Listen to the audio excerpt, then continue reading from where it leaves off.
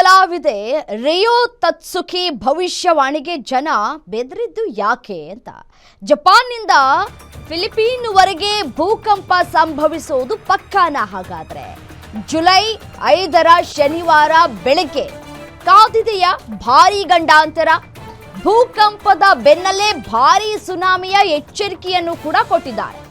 ಈ ಪ್ರಾಂತ್ಯ ಭೂಕಂಪಗಳಿಗೆ ಕುಖ್ಯಾತಿಯಾದಂತಹ ಪ್ರದೇಶ, ring of fire ಅಂತ ಕರೆಯಲಾಗುವಂತಹ ಪ್ರದೇಶ ಇದು. ಈ ಭಾಗದಲ್ಲಿ ಭೂಗರ್ಭದ ಚಟುವಟಿಕೆಗಳು ಅತಿ ಹೆಚ್ಚು. ಭೂಫಲಕಗಳ ಸರಿದಾಟದಿಂದ ಭೂಕಂಪ ಆಗತ್ತೆ ಅನ್ನೋದನ್ನ ಭವಿಷ್ಯವನ್ನ ನುಡಿದಿದ್ದಾರೆ. ಸುನಾಮಿ ಆಗುವ ಸಾಧ್ಯತೆ ಇದೆ ಅಂತ ಹೇಳಿದ್ದಾರೆ. ಭೂಕಂಪಗಳಿಗೆ ಪದೇ ಪದೇ ತುತ್ತಾಗುವ ಪ್ರಾಂತ್ಯಗಳಿವು. ಜಪಾನ್, ದಕ್ಷಿಣ ಕೊರಿಯಾ, ಚೀನಾ, ಫಿಲಿಪೀನ್, ಇಂಡೋನೇಷ್ಯಾಗಳಲ್ಲಿ ಭೀತಿ ಶುರುವಾಗಿದೆ ಈಗ. ಈ ಭಾಗದ ಎಲ್ಲಾ ದೇಶಗಳಲ್ಲೂ ಪ್ರವಾಸೋದ್ಯಮದಲ್ಲಿ ಭಾರೀ ಕುಸಿತ ಕಾಣುವ ಸಾಧ್ಯತೆ ಇದೆ ಅಂತ ಭವಿಷ್ಯ ನುಡಿದಿದ್ದಾರೆ. ಹಲವು ವಿಮಾನಯಾನ ಸಂಸ್ಥೆಗಳಿಂದ ವಿಮಾನ ಸಂಚಾರ ಕೂಡ ಬಂದ್ ಆಗಿದೆ. ಆಶ್ಚರ್ಯಕರ ಇದು. ವಿಮಾನಗಳ ಟಿಕೆಟ್ ರದ್ದು ಮಾಡ್ತಾ ಇದ್ದಾರೆ ಪ್ರವಾಸಿಗರು ಕೂಡ.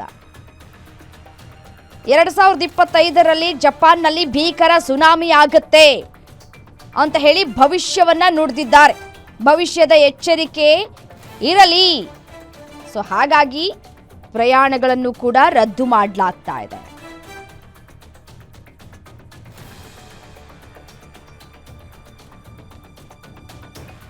ನೋಡಿ, ಬಾಬಾ ವಂಗ ವಿಶ್ವದ ಪ್ರಸಿದ್ಧ ಭವಿಷ್ಯಗಾರ್ತಿ ಅನ್ನೋದು ಗೊತ್ತಿರುವಂತಹ ವಿಚಾರ. ಅವರು ದೃಷ್ಟಿಹೀನರಾಗಿದ್ರೂ ಕೂಡ ಅವರ ದಿವ್ಯ ದೃಷ್ಟಿಯಿಂದ ಹೇಳಿದಂತಹ ಭವಿಷ್ಯವೆಲ್ಲವೂ ಕೂಡ ನಿಜವಾಗಿದೆ ಅಂತ ಹೇಳಿ ಸಾಕಷ್ಟು ಜನ ನಂಬ್ತಾರೆ. ಮತ್ತು ಕೆಲವೊಂದು ಆಗಿರೋದು ಉಂಟು. ಅವರು ಹೇಳಿದ್ದಂತಹ ಕೆಲವೊಂದು ಪರಿಸ್ಥಿತಿಗಳು ನಿರ್ಮಾಣ ಆಗಿದ್ದು ಉಂಟು. ಸೊ ಹಾಗಾಗಿ ಈಗ ಇವರು ರಿಯೋ ತತ್ಸುಕಿ ಭವಿಷ್ಯವಾಣಿ ನುಡಿದಿರೋದಕ್ಕೆ ಜನ ಒಂದು ಕಡೆ ಬೆದರು ಹೋಗ್ಬಿಟ್ಟಿದ್ದಾರೆ. ಅವರ ಭವಿಷ್ಯ ನಿಜ ಆಗತ್ತಾ ಅನ್ನುವಂತಹ ಪ್ರಶ್ನೆಗಳು ಒಂದು ಕಡೆ ಇದ್ರೆ, ಯಾವಾಗಿಂದ ಭವಿಷ್ಯವನ್ನು ನುಡಿತಾ ಇದ್ದಾರೆ ಅನ್ನೋದು ಒಂದು ಕಡೆ ಪ್ರಶ್ನೆ ಆಗುತ್ತೆ. ಜಪಾನಿನ ಬಾಬಾ ವಂಗ ಅವರ ಭವಿಷ್ಯವಾಣಿಗಳಾದ ರಿಯೋ ಟ್ಯಾಟ್ಸುಕಿ ಅವರ ಪ್ರಕಾರ ನೋಡಿ, ಜುಲೈ 2025ರಲ್ಲಿ ಜಪಾನಿನ ದಕ್ಷಿಣ ಸಮುದ್ರ ಕುದೀತಾ ಇದೆ. ಇದು ಮೆಗಾ ಸುನಾಮಿಗೆ ಕಾರಣ ಆಗತ್ತೆ ಅಂತ ಹೇಳಿದ್ದಾರೆ. ನೀರಿನೊಳಗಿನ ಜ್ವಾಲಾಮುಖಿ ಸ್ಫೋಟವು ಸುನಾಮಿಯನ್ನ ಸೃಷ್ಟಿಸುತ್ತೆ. ಇದು ಜಪಾನ್, ತೈವಾನ್ ಮತ್ತು ಇಂಡೋನೇಷ್ಯಾವನ್ನ ಅಪ್ಪಳಿಸುತ್ತೆ ಅನ್ನೋದನ್ನ ಅವರು ಹೇಳ್ತಾ ಇದ್ದಾರೆ. ಈ ಭೀಕರ ಸುನಾಮಿಯು 2011ರಲ್ಲಿ ಸಂಭವಿಸಿದ ಸುನಾಮಿಯಗಿಂತಲೂ ಕೂಡ ಹೆಚ್ಚು ಮಾರಕ ಆಗಬಹುದು ಅನ್ನೋದನ್ನ ಅವರು ಹೇಳ್ತಾ ಇದ್ದಾರೆ. ಸೊ ಹಾಗಾಗಿ ಇದೀಗ ಒಂದು ಕಡೆ ಅನುಮಾನಗಳು, ಚರ್ಚೆಗಳು ಮತ್ತು ಸಾಕಷ್ಟು ವಿಮಾನವನ್ನು ಹಲವು ವಿಮಾನಯಾನ ಸಂಸ್ಥೆಗಳಿಂದಲೂ ಕೂಡ ವಿಮಾನ ಸಂಚಾರ ಬಂದ್ ಮಾಡುವಂತಹ ನಿರ್ಧಾರಕ್ಕೆ ಬಂದಿರೋದು ಆಶ್ಚರ್ಯಕರ ಸಂಗತಿ ಇದು.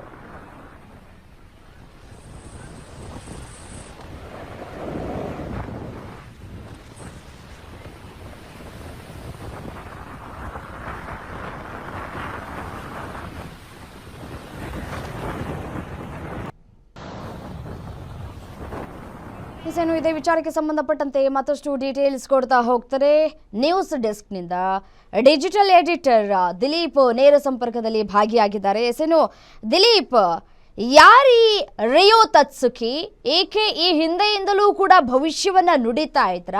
ಮತ್ತೆ ಯಾವುದಾದ್ರೂ ನಿಜ ಆಗಿರೋದು ಉಂಟಾ? ಉದಾಹರಣೆಯನ್ನ ಕೊಡ್ತಾ ಹೋಗಬಹುದಾ ಈ ಸಂದರ್ಭದಲ್ಲಿ? ಹೌದು ರಮ್ಯಾ, ಏನಂದರೆ ಇದನ್ನ ಒಂದು ರೀತಿ ಮಾಡ್ರನ್ ಮೂಢನಂಬಿಕೆ ಅಂತ ಹೇಳ್ಬೋದು. ರಿಯೋ ತತ್ಸುಕಿ ಏನಿದ್ದಾರೆ, ಒಬ್ಬ ಕಾಮಿಕ್ ರೈಟರು, ಅಂದರೆ ಅವರೊಂದು ರೀತಿ ವ್ಯಂಗ್ಯಚಿತ್ರಗಳನ್ನು ಬರೆಯುವಂಥವ್ರು. ಅವರು ಆ ವ್ಯಂಗ್ಯಚಿತ್ರಗಳ ಮೂಲಕನೇ ಈ ಒಂದು ಭವಿಷ್ಯದ ಪ್ರೆಡಿಕ್ಷನ್ ಮಾಡ್ತಾರೆ ಅಂತ ಹೇಳ್ಬಿಟ್ಟು ಅವರು ಹೆಸರುವಾಸಿಯಾಗಿದ್ದಾರೆ. ಈ ಹಿಂದೆ ಏನು ಕೋವಿಡ್ ಪ್ಯಾಂಡಮಿಕ್ ಇತ್ತು, ಆ ಸಂದರ್ಭದಲ್ಲಿಂದ ಇರ್ಬೋದು, ಮತ್ತು 2011ರಲ್ಲೇನು ಜಪಾನಲ್ಲಿ ಭೂಕಂಪ ಆಯಿತು, ಆ ಸಂದರ್ಭದಲ್ಲೂ ಕೂಡ ಅವರು ಏನೊಂದು ಪ್ರೆಡಿಕ್ಷನ್ ನುಡಿದಿದ್ರು, ಅವರ ಏನೊಂದು ಭವಿಷ್ಯವಾಣಿ ಇತ್ತು ಅದು ನಿಜವಾಗಿದೆ ಅಂತ ಹೇಳ್ಬಿಟ್ಟು ಜಪಾನ್ ಜನ ನಂಬಿದ್ದಾರೆ. ಮತ್ತು ಅತ್ಯಂತ ಸಾಕ್ಷರತೆ ಇರುವಂತಹ ದೇಶದಲ್ಲೇ ಈ ರೀತಿಯಾದಂಥ ಮೂಢನಂಬಿಕೆ ಯಾವ ರೀತಿ ಮನೆ ಮಾಡಿದೆ ಅಂದರೆ, ಜಪಾನ್, ಇಂಡೋನೇಷ್ಯಾ, ಹಾಂಗ್ಕಾಂಗ್ ಸೇರಿದಂತೆ ಹಲವು ದೇಶಗಳಲ್ಲಿ ಈಗ ಪ್ರವಾಸೋದ್ಯಮಕ್ಕೆ ಭಾರಿ ಹೊಡೆತ ಬಿದ್ದಿದೆ. 50%ಗಿಂತ ಹೆಚ್ಚು ಪ್ರವಾಸೋದ್ಯಮ ಬಂದಾಗಿದೆ. ಜೊತೆಯಲ್ಲೇ ವಿಮಾನಗಳ ಹಾರಾಟ ಕೂಡ 50%ಗಿಂತ ಹೆಚ್ಚು ಬಂದಾಗಿದೆ. ಇವೆಲ್ಲ ಕಾರಣಗಳನ್ನ ನೋಡ್ತಾ ಹೋದರೆ ಜಪಾನ್ ಮತ್ತು ಆ ಒಂದು ಸುತ್ತಲ ಪ್ರಾಂತ್ಯಗಳೇನಿದೆ ರಿಂಗ್ ಆಫ್ ಫೈರ್ ಅಂತ ಅದನ್ನು ನೀವು ಇಲ್ಲಿ ದೃಶ್ಯಗಳಲ್ಲಿ ನೋಡ್ಬೋದು. ಏನಂತ ಕರೀತಾರೆ, ಇದೊಂದು ಜಪಾನ್ ಇರ್ಬೋದು, ಫಿಲಿಪೈನ್ಸ್ ಇರ್ಬೋದು, ಮತ್ತು ಪಪುವಾ ನ್ಯೂ ಗಿನಿ ಇರ್ಬೋದು.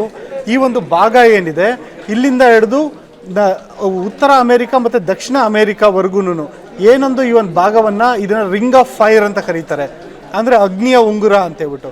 ಈ ಭಾಗದಲ್ಲಿ ಸೆಸ್ಮಿಕ್ ಆಕ್ಟಿವಿಟೀಸ್ ಜಾಸ್ತಿ, ಅಂದರೆ ಭೂಗರ್ಭದ ಒಳಗಡೆ ಭೂಫಲಕಗಳ ಒಂದು ತಿಕ್ಕಾಟ ಮತ್ತು ಅವುಗಳ ಒಂದು ಪರಿಣಾಮವಾಗಿ ಭೂಕಂಪ ಸಂಭವಿಸೋ ಸಾಧ್ಯತೆಗಳು ಈ ಭಾಗದಲ್ಲಿ ಅತಿ ಹೆಚ್ಚು. ಅದರಲ್ಲೂ ಈಗ ರಿಯೋ ತತ್ಸುಕಿ ಅವರು ಭವಿಷ್ಯ ನುಡಿದಿರೋ ಪ್ರಕಾರ ಜಪಾನ್ನಿಂದ ಹಿಡಿದು ಫಿಲಿಪೈನ್ಸ್ವರೆಗೆ, ಅಂದರೆ ಈ ಸಾಗರದಲ್ಲಿ ನೀವಿಲ್ಲಿ ಈ ಸಾಗರ ಅಂತ ಹೇಳಿದಾಗ ಗಮನಿಸ್ಬೋದು, ಸಮುದ್ರ ತೀರದಲ್ಲಿ ಭೂಫಲಕಗಳು ಯಾವ ರೀತಿ ಕಾಣಿಸ್ತಿದೆ ಅಂತ. ಈ ಭೂಫಲಕಗಳಲ್ಲಿ ತಿಕ್ಕಾಟ ಉಂಟಾಗುತ್ತೆ, ಇದು ಅತ್ಯಂತ ದೊಡ್ಡ ಪ್ರಮಾಣದ ಭೂಕಂಪಕ್ಕೆ ಕಾರಣ ಆಗುತ್ತೆ. ಮತ್ತು ಈ ನಂತರದ ದಿನಗಳಲ್ಲಿ ಈ ಭೂಕಂಪ ಏನು ಸಂಭವಿಸಿದ್ದ ಸಂದರ್ಭದಲ್ಲಿ ಇದು ಸುನಾಮಿಗೂ ಕೂಡ ಕಾರಣ ಆಗಬಹುದು ಅಂತೇಳ್ಬಿಟ್ಟು ಅವ್ರು ನುಡಿದಿರೋಂಥ ಒಂದು ಭವಿಷ್ಯವಾಣಿ. ಈ ಭವಿಷ್ಯವಾಣಿ ಅವರು ಎಕ್ಸಾಕ್ಟ್ ಡೇಟ್ ಹೇಳಿರೋದು ಜುಲೈ 5ನೇ ತಾರೀಕು ಅಲ್ಲಿನ ಸ್ಥಳೀಯ ಕಾಲಮಾನ ಬೆಳಗ್ಗೆ 10:40 ಅಂದರೆ ಭಾರತದ ಕಾಲಮಾನ ನೋಡಬೇಕಂದ್ರೆ ಶನಿವಾರ ಬೆಳಗ್ಗೆ 7:10 ಈ ರೀತಿಯಾದಂಥ ಒಂದು ಭೂಕಂಪ ಈ ಭಾಗದಲ್ಲಿ ಭೂಕಂಪ ಸಂಭವಿಸುತ್ತೆ. ಇದರಿಂದ ದೊಡ್ಡ ಮಟ್ಟದ ಸುನಾಮಿ ಏಳುತ್ತೆ ಅಂತ. ಅದರಿಂದ ಯಾವ್ಯಾವ ದೇಶಗಳಿಗೆ ಎಫೆಕ್ಟ್ ಆಗ್ಬೋದು ಅಂತ ನೋಡೋದಾದರೆ ಮೊದಲಿಗೆ ಜಪಾನ್ಗೆ ಹಾನಿ ಆಗ್ಬೋದು, ಆನಂತರ ಚೈನಾ ದೇಶಕ್ಕೆ, ತೈವಾನ್ಗೆ, ಆನಂತರ ಫಿಲಿಪೈನ್ಸ್ನಿಂದ ಹಿಡಿದು ಇಂಡೋನೇಷ್ಯಾ ಮತ್ತು ಪಪುವಾ ನ್ಯೂ ಗಿನಿವರೆಗೂ ಪರಿಣಾಮ ಆಗ್ಬೋದು ಅಂತ ರಿಯೋ ತತ್ಸುಕಿ ಭವಿಷ್ಯವಾಣಿ ಹೇಳ್ತಿದೆ. ಜೊತೆಯಲ್ಲೇ ಈ ಒಂದು ಭವಿಷ್ಯವಾಣಿಯನ್ನು ಏನು ರಿಯೋ ತತ್ಸುಕಿ ನುಡಿದಿದ್ದಾರೆ, ಜೊತೆಯಲ್ಲಿ ಇನ್ನೂ ಒಂದು ಮಾತು ಹೇಳ್ತಿದ್ದಾರೆ, ನಾನು ಏನು ಹೇಳಬೇಕಾಗಿತ್ತೋ ನನ್ನ ಪ್ರೆಡಿಕ್ಷನ್ ಹೇಳಿದ್ದೀನಿ, ನೀವು ವೈಜ್ಞಾನಿಕವಾಗಿ ವಿಜ್ಞಾನಿಗಳ ಮಾತನ್ನು ಕೇಳಿ, ನೀವು ಆತಂಕಕ್ಕೊಳಗಾಗಿ ಅಂತ ನಾನು ಹೇಳ್ತಿಲ್ಲ, ಆದರೆ ಅದು ನನ್ನ ಪ್ರೆಡಿಕ್ಷನ್ನು, ನನ್ನ ಒಂದು ಕನಸಿನಲ್ಲಿ ಬಂದಿರೋವಂಥದ್ದು, ನನ್ನ ಪ್ರಜ್ಞೆಗೆ ಬಂದಿರೋವಂಥದ್ದು ನಾನು ಹೇಳಿದ್ದೀನಿ, ಅದು ನಿಜ ಆಗಬಹುದು ಅಂತ. ಅವರಿಗೆ ಕಣ್ಣೆಲ್ಲ ಕಾಣಿಸ್ತಾ ಇದೆಯಾ? ಯಾಕೆಂತಂದ್ರೆ ನಾವು ಹಳೆ ಬಾಬಾ ವಂಗವನ್ನ ನೋಡಿದ್ದೀವಿ, ಅವ್ರಿಗೆ ದೃಷ್ಟಿ ಇರಲಿಲ್ಲ, ಇವರಿಗೆ ಎಲ್ಲವೂ ಪರ್ಫೆಕ್ಟ್ ಆಗಿತ್ತ. ನೀವು ನಂಬ್ತೀರಾ ಇದೆಲ್ಲವನ್ನ ಅಂತ? ನೋಡಿ ರಮ್ಯಾ, ಏನಂದರೆ ಇದನ್ನು ಸ್ಟಾರ್ಟಿಂಗಲ್ಲಿ ಹೇಳಿದೆ, ಇದೊಂಥರ ಆಧುನಿಕ ಮೂಢನಂಬಿಕೆ ಅಂತ. ಏನೊಂದು ಬಾಬಾ ವಂಗ ಇದ್ದರು, ಅವರು ಕಳೆದ ಶತಮಾನದ ಒಂದು ಕುರುಡು ಭವಿಷ್ಯವಾಣಿ ಅಂತಲೇ ಹೇಳ್ತಿದ್ರು. ಅಂದರೆ ಅವ್ರಿಗೆ ಹುಟ್ಟಿನಿಂದ ಕಣ್ಣು ಕಾಣಿಸ್ತಿರ್ಲಿಲ್ಲ. ಅವರು ಭವಿಷ್ಯವಾಣಿಗಳು ಏನು ನುಡಿದಿದ್ರು ಅದು ಬಹುತೇಕ ಸತ್ಯ ಆಗಿದೆ ಅಂತ ನಂಬ್ತಿದ್ರು, ಅದು ಪಾಶ್ಚಾತ್ಯ ದೇಶಗಳಲ್ಲಿ. ಈಗ ಏನೊಂದು ಜಪಾನ್ನಲ್ಲಿ ಇವರಿದ್ದಾರೆ, ಇವ್ರನ್ನ ನ್ಯೂ ಬಾಬಾ ವಂಗ ಅಂತ ಯಾಕೆ ಕರೀತಾರೆ ಅಂದರೆ, ಇವರು ನಾರ್ಮಲ್ ಆಗಿದ್ದಾರೆ, ಇವರು ಒಬ್ಬ ಮಹಿಳೆ, ಮಧ್ಯವಯಸ್ಕ ಮಹಿಳೆ. ಅವರು ಕಾಮಿಕ್ ರೈಟಿಂಗ್ ಬರೆಯೋದು ಸಂದರ್ಭದಲ್ಲೇನೆ ಅವ್ರಿಗೆ ಕೆಲವು ಕನಸುಗಳು ಬಿದ್ದಾಗ, ಕೆಲವು ಪ್ರಜ್ಞೆಗೆ ಒಳದಾಗ ಅವರು ಅದನ್ನು ತಮ್ಮ ಕಾಮಿಕ್ಗಳ ಮೂಲಕನೇ, ಅಂದರೆ ಚಿತ್ರಗಳ ಮೂಲಕನೇ ಈ ರೀತಿಯಾದಂಥ ಸನ್ನಿವೇಶ ಆಗ್ಬೋದು ಅಂತ ಹೇಳ್ತಿದ್ದಾರೆ. ಆದರೆ ಕಾಕತಾಳೀಯ ಎಂಬತ್ತೆ, ಅಂದರೆ ಒಂಥರ ಕಾಗೆ ಕೂತ್ಕೊಂತು ಟೊಂಗೆ ಮುರಿತು ಅಂತಾರಲ್ಲ, ಆ ಥರ ಕಾಕತಾಳೀಯ ಎಂಬಂತೆ ಅವ್ರು ಹೇಳಿರೋದು ಕೆಲವೊಂದು ಸತ್ಯ ಆಗಿದೆ. ಹಾಗಾಗಿ ಈ ಒಂದು ಘಟನೆ ಇವಾಗೇನು ಜುಲೈ 5ನೇ ತಾರೀಕು ಎಕ್ಸಾಕ್ಟ್ ಟೈಮ್ ಏನು ಹೇಳಿದ್ದಾರೆ, ಅದು ಸತ್ಯ ಆಗುತ್ತೋ ಇಲ್ಲೋ ಗೊತ್ತಿಲ್ಲ. ಜುಲೈ 5ನೇ ತಾರೀಕು ಶನಿವಾರ ಬೆಳಗ್ಗೆ ನಮ್ಮ ಭಾರತೀಯ ಕಾಲಮಾನ 7:10 ಅಥವಾ 7:15 ಸುಮಾರಿಗೆ ನಿಜವಾಗ್ಲೂ ಅಲ್ಲೇನಾದರೂ ಭೂಕಂಪ ಆಯಿತು ಅಂದರೆ ಅವಾಗ ರಿಯೋ ತತ್ಸುಕಿ ಹೇಳಿರೋದು ನಿಜವಾಗುತ್ತೇನೋ ಅಂತ ಹೇಳ್ಬೋದು. ಆದರೆ ಜಪಾನ್ ದೇಶದಂಥ ಅತ್ಯಂತ ಸಾಕ್ಷರತೆ ಇರೋ ದೇಶದಲ್ಲೇನೆ ಈ ರೀತಿಯಾದಂಥ ಒಂದು ಮೂಢನಂಬಿಕೆ ಇರೋದು, ಮತ್ತು ಈ ರೀತಿಯ ಭವಿಷ್ಯವಾಣಿ ಒಂಥರ ಸಮೂಹ ಸನ್ನಿತರ ಆವರಿಸಿರೋದು ನಿಜಕ್ಕೂ ಭಾರಿ ಕುತೂಹಲ ಕೇಳಿಸಿದೆ Ramya. Right Dileep, thank you ತಮ್ಮ ಮಾಹಿತಿಗೆ. ಬೀದರ್ನಲ್ಲಿ ಜೆಡಿಎಸ್ ಸದಸ್ಯತ್ವ ಅಭಿಯಾನ ನಡೀತಾ ಇದೆ. ಸದಸ್ಯತ್ವ ನೋಂದಣಿ ಕಾರ್ಯಕ್ರಮಕ್ಕೆ ಜೆಡಿಎಸ್ನ ಯುವ ಘಟಕದ ರಾಜ್ಯಾಧ್ಯಕ್ಷ ನಿಖಿಲ್ ಕುಮಾರಸ್ವಾಮಿ ಚಾಲನೆಯನ್ನ ನೀಡಿದ್ರು. ಈ ವೇಳೆ ನಿಖಿಲ್ ಕುಮಾರಸ್ವಾಮಿಗೆ ಬಸವಣ್ಣನವರ ಫೋಟೋವನ್ನ ನೀಡಿ ಸನ್ಮಾನ ಮಾಡಲಾಗಿದೆ. ಮಾಜಿ ಸಚಿವ ಬಂಡೆಪ್ಪ ಕಾಶೆಂಪೂರ್, ಶಾಸಕ ಸುರೇಶ್ ಗೌಡ, ಬೀದರ್ ಜಿಲ್ಲಾಧ್ಯಕ್ಷ ರಮೇಶ್ ಪಾಟೀಲ್ ಸೋಲಾಪುರ್, ಮಾಜಿ ಶಾಸಕ ಮಲ್ಲಿಕಾರ್ಜುನ ಖೂಬಾ, ಸೂರ್ಯಕಾಂತ ನಾಗಮಾರಪಳ್ಳಿ ಸೇರಿದಂತೆ ಜೆಡಿಎಸ್ನ ಕಾರ್ಯಕರ್ತರು ಭಾಗಿಯಾಗಿದ್ದರು. ಜೋರಾದ ಚಪ್ಪಾಳೆ.